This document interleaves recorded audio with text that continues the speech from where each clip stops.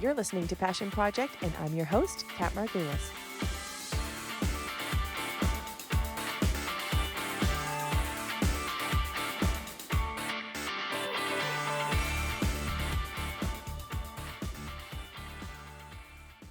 I am so excited to introduce my next guest, my good friend, Heather Greenwood Davis. Heather is the founder and voice behind globetrottingmama.com, a travel blog that encourages families to see the world, build a life, bring the kids.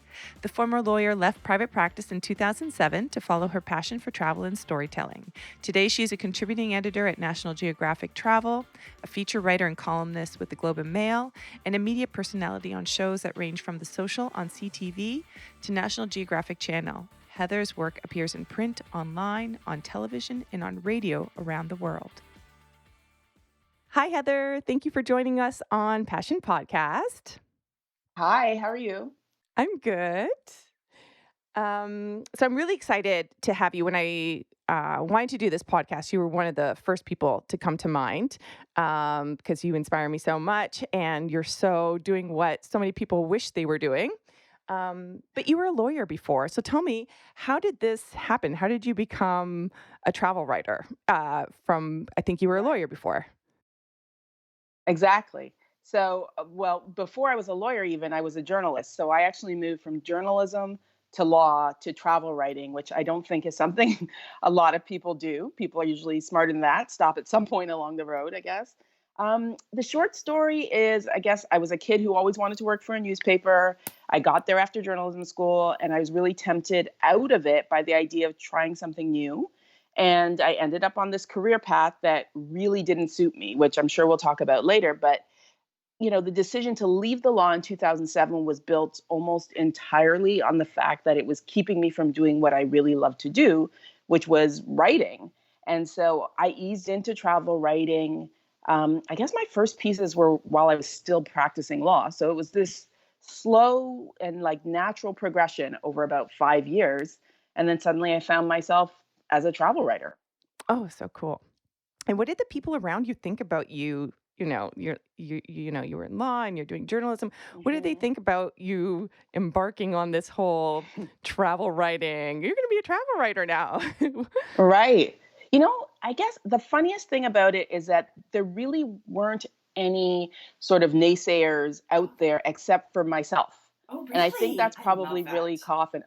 Yeah, I think it's really common. I think we often talk ourselves out of what we know would be better for us. So I had convinced myself that, I was the first lawyer in my family and that I'd be disappointing my parents by choosing something different. And really, when I got to the point where I just couldn't take it anymore, what I wanted to do was so at odds with what I was doing that I, mentioned it to my mom in this fit of tears. Oh, And she simply said, "Why would you think I would want you to be anything other than happy?" oh God, And I'm for gonna cry. me, oh, I did. It was such a relief. And, Yeah. then it was my husband. And I think it was even easier with him because in that case, I was seeing all the things that a lawyer's salary would afford my young kids. Hmm. And it was him who sort of reminded me that my being miserable would actually counteract anything I could buy them. Uh-huh. So we agreed that we wanted them to have this mom who was happy and fulfilled. Mm. And so I had a lot of support, I think, actually. I was the one who was holding myself back. Wow, that's awesome. I love that. Um, yeah, because I remember when I met you, I'm jumping ahead here, but when I met you, I think I was pregnant and I just didn't think that I could um have that sort of jet setting lifestyle. And you were Mhm. like, and you're like, I have kids and I'm doing it and it's doable. And I remember you saying, I have a lot of support. I was like, how do you do it? And you have a lot of support, which is wonderful.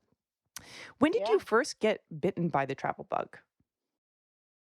I think I probably first loved to travel as a kid. So my parents always took us away when they could. They were both working hard jobs, shift work in a lot of cases. And so we weren't going anywhere exotic, but I think I understood really early that there were places to visit beyond our neighborhood and that fun things happened there, Mm. and that sort of stuck with me. Hmm. And then it was really when I was on this month-long gap between finishing articling after law school and then starting practice as a lawyer, that sealed the deal. My husband and I traveled Asia for 30 days and I loved it. And I think that's really what sort of cemented that for me. That's amazing. It When did was. you think that when did you realize you could make, a career and a life out of this? Yeah, I stumbled into that too. My life Mhm. is a bunch of stumbles. Um, That's the best I was way. pregnant. Yeah, I think so. I was pregnant with Ethan, who's my first child, Mhm. in 2001. And I came across an ad in Fit Pregnancy magazine for this spa in Dallas, Texas, that catered to pregnant women and like new moms. And because I was pregnant, it sounded really, really good. Oh, yeah. So I pitched a piece to the editor at the Toronto Star at the time, and I pitched the spa and suggested that I'd be a great person to write about it if they'd host me. And both of them agreed. And so I got to go and I wrote the piece. And remember, so at that point, I was still working as a lawyer. And I was about to go off on mat leave. But I did this went down one weekend, did this one story. It ran on the front page of the travel section. And Amazing. just before my son was born, they offered me a travel column. Like it literally was one story that did it. And when I accepted, that column, I think for me, that was really the beginning of a travel career. There was no sort of big plan, but just this determination that I was going to seize the opportunity to be happier because I knew this is what I like to do. Mhm. And, you have to remember that it would be like 6 years and another child before I'd actually leave the practice of law. So Oh, interesting. even I then, it didn't was know really that. just about, yeah. So Okay. it was still just about sort of finding ways to be happy. Mhm. And writing has always made me happy. That's awesome. Yeah, like I said, I remember that moment was because I was, all stressed and worried about how my life was gonna Hmm. change, and I was like, "Hold on." That, like, opened a whole other world for me, and all of a sudden and we ended up doing so many adventures and writing about it, as you do. We Yeah, did not travel the world, which you have done with your kids, and, I have. yeah, you've taken them on so many amazing adventures, and they are really citizens of the world. What has it been like for you to share your passion for travel with your family? Um, it's been amazing. I mean, we took them away. So 2011 to 2012. We hit 29 countries in that year. They were 6 and 8 at the time. Unbelievable. So that was sort of the biggest trip that we've ever done, and it was life changing. Right, we're meeting new people, we're having new experiences, and we're doing all of that together as a family. And I think that for me, it definitely changed my life. It changed the trajectory of my career. It really cemented us as a foursome. It's still the thing we lean on. Our family is incredibly close, and I think that year has a lot to do with it. Yeah. Oh, God, so amazing. What was your first trip with a kid like? You know what? I was trying to remember exactly what the first one is, but I do remember my first trip that was solo with Ethan. And that was I think it was, well, I guess the first one was when I was pregnant with him, but he Mhm. wasn't very aware of that one. So Yeah. the first one I remember was we went to Turks and Caicos together, and it was Nice. just the two of us. So I had left his younger brother with his dad at home, and it was going to be just him and I. And there was all that craziness of being a new mom of two, and Mhm. and suddenly this kid who had once been my entire world, now he's going to have him all to myself again. Yeah. And I just remember that trip as this huge learning experience for me, Mhm. because I learned a lot about what I could handle with him solo. Mhm. And I also had to get over this idea that because it was the two of us, I therefore needed to be the mother who doesn't let go of their child. Like, okay, I took him with me, so now he can't go to kids club, or he can't do. I was like, no, he can, and Yeah. I can have that downtime, and we can learn how to balance that so that I'm refreshed when he comes back. And Nice. that sort of lesson actually has served me really well ever since. Yeah. Just the idea that being apart is actually important, and having time to be myself Yeah. is important. And that can happen even when we're away together. So my husband is great in that he recognizes that even if we go away as a family, we don't have to spend every waking moment together. Sometimes he goes off with one kid, or Yeah. he goes off on his own, or I go off on my own, or I go off with the kids, or whatever. But That's the great. idea is to sort of give yourself the opportunity to make the most of these moments. Yeah. So you did this Yeah. trip all around the world, which is extraordinary. Yeah. Aside from the spending of the time with the kids and exposing them to so much, how has your passion impacted them? I think they've really absorbed it. Hmm. So the lessons I'm hoping to teach them are around the idea of, you should do what you love. And we talk about that a lot, that you That's should do what you amazing. love. And I think they see me doing that. And quite frankly, they see their dad doing it too. And so I think they do absorb that. But also, there are just so many lessons out of travel itself that I think they pick up on. And I would ask, you don't have to get too personal about it, but Yeah. what about your relationship with your husband? Because, we're not siloed, right? So we have our Right. families and we have our kids and our husbands, and you are so fortunate to have such a supportive husband, and I do too. He's Yeah. amazing. Yeah. How has, did he have the same, travel bug as you, or did it Yeah. grow the way it grew for you? Yeah. So he did not. He had, our travel experience had probably been the same up until that trip to Asia, which was, our parents are both from the Caribbean. So we'd probably visited the Caribbean. We'd visited relatives or friends in the States. And maybe I know I'd gone to quite a few provinces at that point. But travel wasn't sort of something that he saw as a priority in his life. I know. And really, up until we did that year away, first of all, that Asia trip, I know he had an amazing time, but then we did the year away, and it really cemented for him a lot of the things that I'd been saying, which were that, here's an opportunity for us to really engage with the world, to Mm. really broaden our own horizons and the horizons of our children. And he really sees that. So we came back from that year, and really during that year, and he had so many moments of realizing how important travel could be and how great it Amazing. could be for our family. Yeah. And so when you ask about the marriage, yeah, it's been really great because, we remain two individuals in a chosen relationship. Hmm. We act that way. So, Hmm. if it was on me to always be the cook or the cleaner or the any of those stereotypical, the lunch maker or any of that, then it wouldn't have allowed me to be the best person that I could be. And he has from the beginning been really supportive of me being that. And I hope I of him being that. Hmm. And so that meant that sometimes he was shouldering, 90% of the burden. And sometimes he was at 50 and sometimes he was at 20, Hmm. Hmm. But I think, seeing the travel and seeing more importantly than the travel itself, but seeing us each fulfill the things that bring us joy Mm. has been really beneficial for the marriage. That's awesome. Um, a lot of people, when it comes to things like travel or, a lot of different kinds of passion projects, they get caught up with, Mhm. paying the bills and looking after the family and being in a marriage or a relationship. And they're like, they just keep pushing it to the back. You know what I mean? I'll get to that Mhm. next year. I'll get to it when the kids are bigger. I'll get to it when I retire. And you've really, we're like, seize the day. This is going to happen for me now. Yeah. How do you manage? And I know that, travel writing has allowed you to like continue this path, but even travel writing, you For constantly have to sure. reinvent yourself, right? So I just wondered, yeah, Right. how do you balance life and passion? Right. Yeah, the support comes in there again for sure.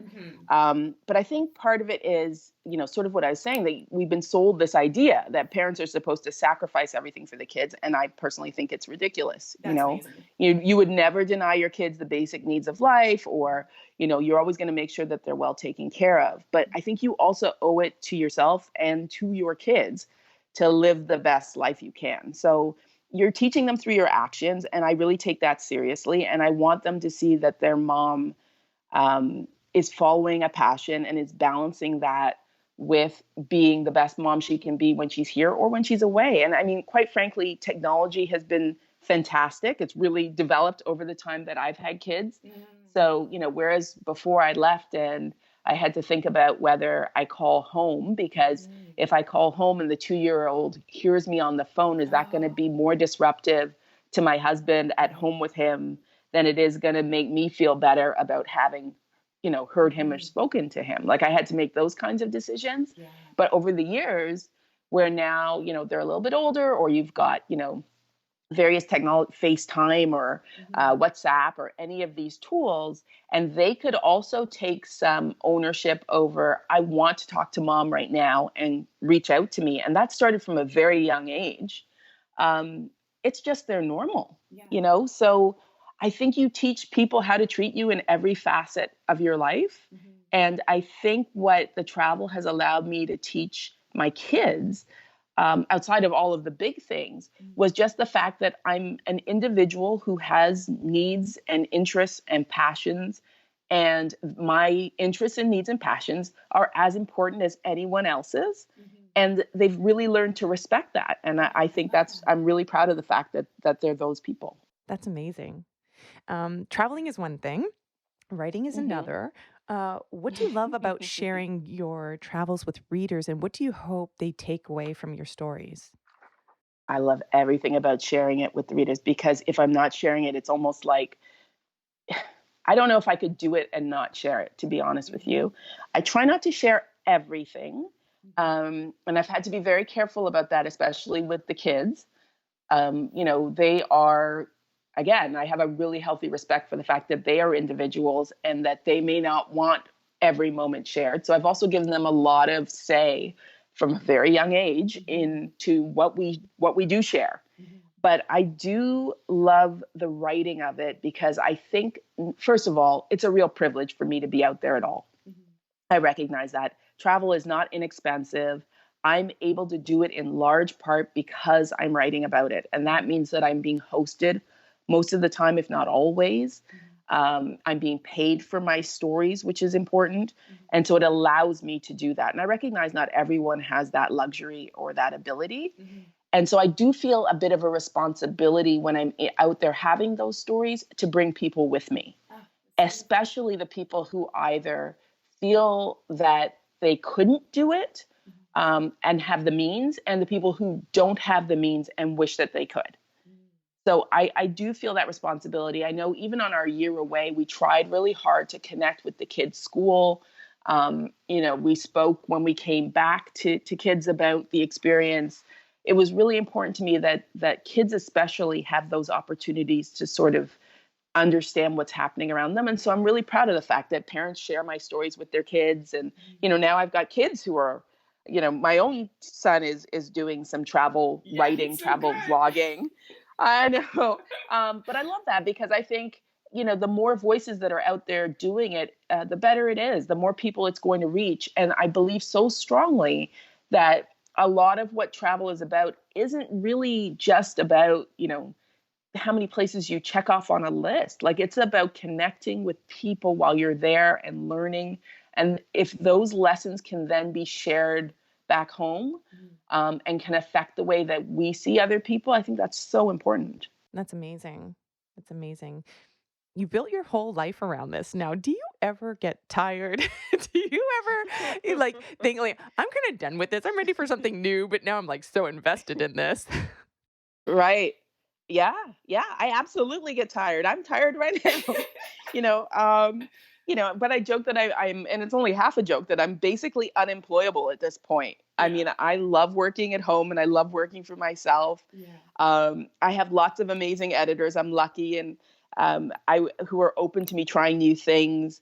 And I've had a really diverse career too, which also helps. So I do print, but I've also do TV and radio, and now I've been doing some video work and some brand work, and I love all of it. And as long as it continues to allow me to do a variety of things, I think I'll keep doing it. What keeps me going? I guess I enjoy it, and it's provided a life for me that I also enjoy. So yeah, I guess I'm, of course, everyone has their down days. It's not every day that everything goes the way it should. Deadlines become issues, or I'm tired from traveling, but I really do feel it's such a luxury and a privilege. I have no problem with it. What do you wish people would know or take in about travel and seeing the world? Yeah, I think the big thing, especially, sort of in the age of Instagram, is that for me, travel is about so much more than those pretty pictures. I wish people would really consider, spending some of their vacation time meeting people and talking to them, and being open to what they have to say. So not just talking to them in a service mode, but really sort of being open to hearing what they have to say about the place where they live, or what life is like where they are. We don't buy souvenirs really anymore, but I feel like we bring things back from every trip in terms of lessons we've learned or new eye-opening experiences we've had just as a result of like having bumped into like some kids selling something on a beach or you know, anything like that. People, the waiter in the restaurant, it doesn't have to be some contrived interview situation. Like it's just being open to people and looking around you and really noticing what's happening. I think that's really important. That's beautiful. What's the biggest thing you've learned from your trips? That we're more alike than different. I mean, it's so trite, but it's so true. You know, especially when I see other moms around the world want the same things for their kids, right? You know, and that people very rarely reflect their government. I find that fascinating. So I know, like right now in the world of travel, you know, one of the issues is should people be visiting places that, you know, the United States, for example, where you've got someone in charge who does not espouse the values that I have. And so I know there are people who've decided not to travel there. And what I found in my trips to the US are that I've either had really eye-opening conversations with people, or I've learned, realized pretty quickly that he doesn't speak for people, you know? And so I'm sure, I mean, there's an element he speaks for, but that's not everyone. And I'm really proud of the fact that I'm able to go to places like that and share alternate stories. That's cool. That's really cool. Mhm. Your boys, are they both in high school now? Yeah, yeah, 15 and 17. They're at such an exciting age though. Yeah, You know, where they're like, you know, like my son's 10 turning 11 and he's still talking about all his right, big plans and big dreams, but he's so far away from being able to make any of them happen. But your boys are like on the brink where they're going to make choices about what they're going to go after and what they can do. Um, right. how do you, how do you help them negotiate, you know, career versus passion? Okay, so it's going to sound so crazy to people, but I've always, I mean, like since before kindergarten, I have always talked to them about doing what they love. Amazing. We have never talked in this house about what they would do when they grow up.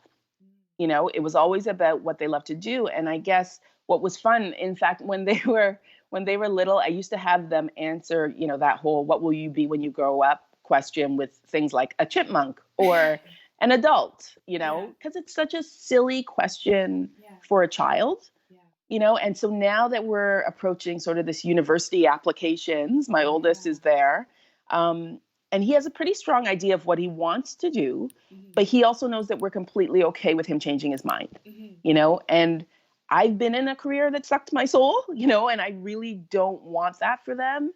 And even when I share that story with them, I make sure I point out that I have no regrets about the path that my life has taken. So I don't have any regrets about going to law school. I don't have any regrets about my time as a practicing lawyer. I don't regret the education or the experience of it, right? Like it all taught me something about myself, and the values that I have today are built in large part because I saw what I didn't want. Mhm. So I try to get those kind of, to share those stories with them and to help. You know, I sort of wish them and everyone really those kinds of mistakes that allow you to grow and change. So I don't feel like they feel immense pressure to, you know, choose the right career. I feel Mm. like both of them are sort of leaning into, okay, this is what I like to do, and I wonder what I can do with that. And I'm also really Interesting. clear with them that the day of having a job is long over. You've really got to create your Mhm. space. Mhm. And how exciting for you if you know what you love to do that you could take all the elements of that and build a career that you love. And That's so so that's what I cool. wish for them. Oh, that's awesome. I love that. Yeah. Yeah. Do you have a passion project or a dream that you have yet to fulfill? Yes. You don't have to share if you don't want to. No, I mean it's the obvious one, which is write a book. Yeah. You know, it's I don't know if it's a passion project as much as it feels like something I'm supposed to do, something that I need to do, Yeah. um, and probably something that I will do. Yeah. But that one's hanging out there for sure. Yeah, it's cool. I mean, I feel like permission's such a big part of passion projects. And Mm, um, you talk about like you just had this overwhelming love for travel, and that's Hmm. what really drove you, and you had permission from the people in your life, which was wonderful. Yeah. And that helped you give permission to yourself in a way too. Did you have self-doubt about, like, besides just feeling responsibility, did you have doubt Hmm. about that ever? Or did you just feel like, you know, confident in that choice that it would all work out? Doubt, doubt about the writing, or doubt that it would be a success? Doubt about it being a success and something that it could be viable. I think I'm not sure if I know anyone who doesn't have some insecurity about Okay, what okay. they're doing. I mean, you're trying new things. I mean, I just did a video series with National Geographic where I was writing for them, but I was also in the video. So I was going to be on camera. That's a whole new thing for me. And before that, I do the social on CTV Mhm. and a bunch of other morning shows. But I remember like the first time I was going to do that and how frightening that was for me. Those are things that are really out of my element. I'm an introvert by nature. Mhm. There's a reason that I chose to do print. So, it's really every time I do those things, I feel like I'm giving myself the permission to fail at them, Uh-huh. but also the permission to possibly succeed. And Mhm. I've had such fun and met such amazing people doing these things that are new and exciting, which allows me to find the courage to do something else that's new and exciting. And Amazing. those are the things that have actually, I think, made my career different and kept it interesting, is the fact that I'm constantly open to yes. I'm open to the idea of, if somebody asks me to do something, 9 times out of 10, I'm going to agree to do it. And then we figure it out from there. They I love don't all that. work out. Do you have any other final advice or thoughts to share?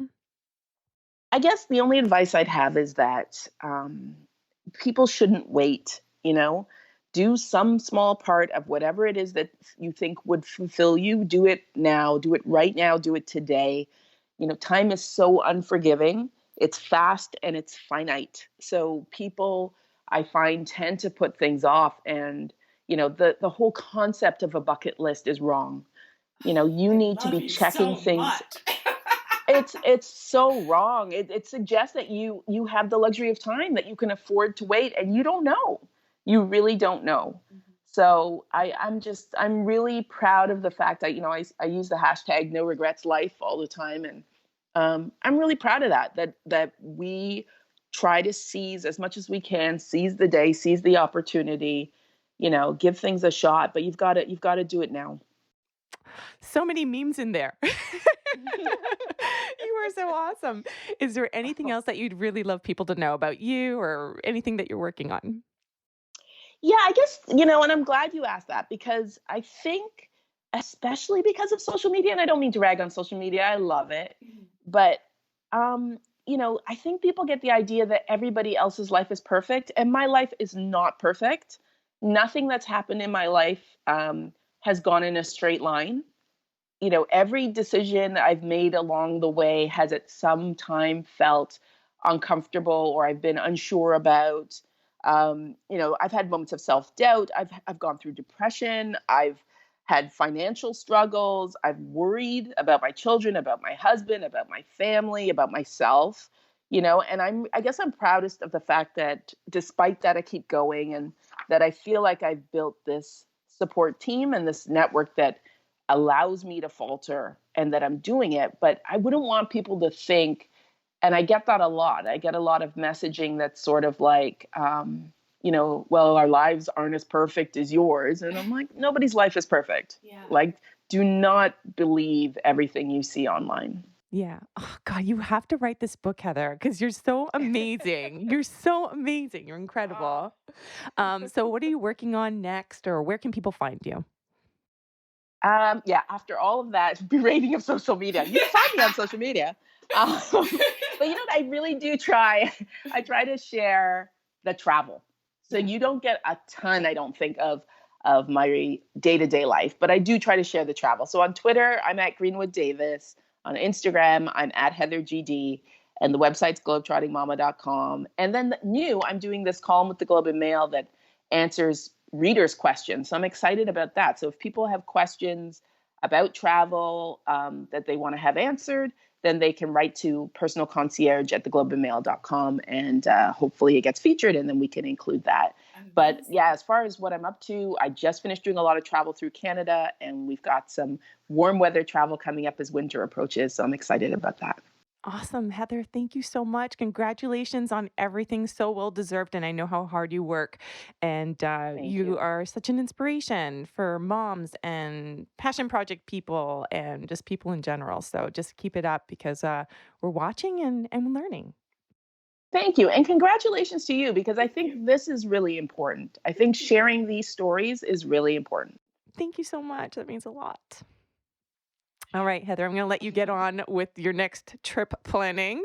So thanks so much for joining us today and chat soon. Thank you. Bye bye. So that's Heather, and that is why I love this woman. Isn't she the coolest? I mean, a parenting expert, travel expert. She's just got so much great advice and insight, and I just love her perspective on the world and on parenting and being a mom and being a woman. You are just a force and a force of love. So thank you so much for sharing with my friends here at Passion Project.